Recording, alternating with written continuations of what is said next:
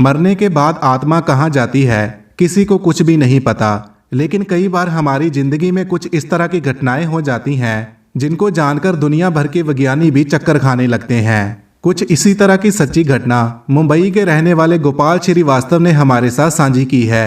दरअसल गोपाल जी मुंबई शहर के रहने वाले हैं और उनका बड़ा बेटा दिल्ली में एग्रीकल्चर डिपार्टमेंट में सरकारी नौकरी करता है और छोटा बेटा भी सरकारी नौकरी की तैयारी कर रहा था। गोपाल जी हमें बताते हैं कि मेरा पूरा परिवार एक खुशहाली भरी जिंदगी व्यतीत कर रहा था, लेकिन एक दिन कुछ ऐसा हुआ जिसके साथ हमारे परिवार की खुशियां दुखों में बदल गई। दरअसल मेरा छोटा बेटा जिसका नाम पंकज श्रीवास्तव था और एक दिन उसने मुझे बोला कि पापा मुझे अमरनाथ की यात्रा में जाना है, लेकिन मैंने उसको मना कर दिया और उसको बोला कि चुपचाप अपने एग्जाम की तैयारी करो।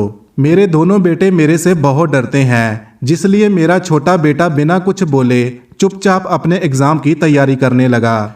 एक दिन वह रेलवे का एग्जाम देकर वापस घर आ रहा था तो अचानक सड़क हादसे में उसकी मौत हो गई। यह सुनने के बाद हमारे परिवार पर दुखों का पहाड़ टूट गया। पंकज की मम्मी अपने आप को संभाल नहीं पा रही थी और रो रो कर उसका बुरा हाल हो चुका था, लेकिन इसमें अब कोई भी कुछ नहीं कर सकता था क्योंकि मौत एक अटल सच्चाई है। मेरी पत्नी अपने आप को संभाल नहीं पा रही थी, जिसकी वजह से मैंने अपने बड़े बेटे को उसके पास छोड़ दिया और पंकज की अस्थियों को हरिद्वार लेकर जाने के लिए अकेला ही तैयार हो गया। जाने से पहले मुझे किसी ने बोला कि अस्थियों के लिए एक दूसरी सीट बुक करवा लेना, क्योंकि मरने वाले की अस्थियों को रखने के लिए एक खाली सीट होनी चाहिए। मैं इन सब बातों पर विश्वास नहीं करता था, लेकिन फिर भी मैंने बस में अपने पास वाली सीट को बुक करवा लिया और वहां पर अस्थियों का कलश रख दिया। बस मुंबई से हरिद्वार के लिए रवाना हो गई। थोड़ी देर के बाद एक जवान लड़की मेरे पास आती है और मुझे बोलती है कि अंकल इस खाली सीट पर क्या मैं बैठ जाऊं, क्योंकि पूरी बस में और कोई भी सीट खाली नहीं थी। मैंने बिना सोचे समझे उस लड़की को हाँ बोल दिया और उस कलश को उठाकर अपनी टांगों पर रख लिया, जिसके बाद वह लड़की उस खाली सीट पर बैठ गई। कुछ ही समय के बाद उस लड़की की हरकतों में तब्दीली दिखाई देनी शुरू हो गई और मेरे देखते ही देखते वह अपने सर को जोर जोर से घुमाने लग गई और तरह तरह की अजीब आवाजें निकालने लगी। बस का कंडक्टर दौड़कर पीछे आया और मुझे बोलने लगा कि यह सीट तो आपने अस्थियों के लिए बुक करवाई थी, तो फिर आपने लड़की को यहाँ क्यों बैठने दिया।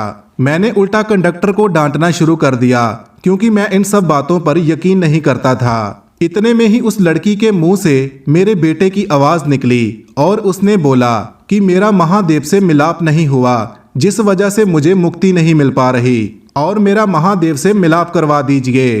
इतनी बात बोलने के बाद वह लड़की बेहोश हो गई और जब उसको दोबारा से होश आया तो उसको कुछ भी याद नहीं आ रहा था कि उसके साथ क्या हुआ था। मैं अपने बेटे की अस्थियों को लेकर हरिद्वार पहुंचा और अस्थियों को जल प्रवाहित करने के बाद वहां पर मैंने यह सारी घटना वहां खड़े एक बाबा को बताई, तो उस बाबा ने मुझे बोला कि तुम्हारा बेटा अमरनाथ की यात्रा करना चाहता था, लेकिन तुमने उसको वहां जाने नहीं दिया, जिस वजह से अभी उसकी आत्मा को मुक्ति नहीं मिल पा रही। और अगर तुम अपने बेटे की आत्मा को मुक्ति दिलवाना चाहते हो तो इसके लिए तुम्हें पूरे 121 लोगों को अमरनाथ की यात्रा करवानी होगी, जिसके बाद तुम्हारे बेटे की आत्मा को शांति मिल जाएगी। गोपाल जी ने बिल्कुल ऐसा ही किया और पूरे 121 लोगों को अमरनाथ की यात्रा करवाई, लेकिन अभी भी गोपाल जी शंका में रहते हैं कि पता नहीं उनके बेटे की आत्मा को शांति मिली या फिर नहीं मिली।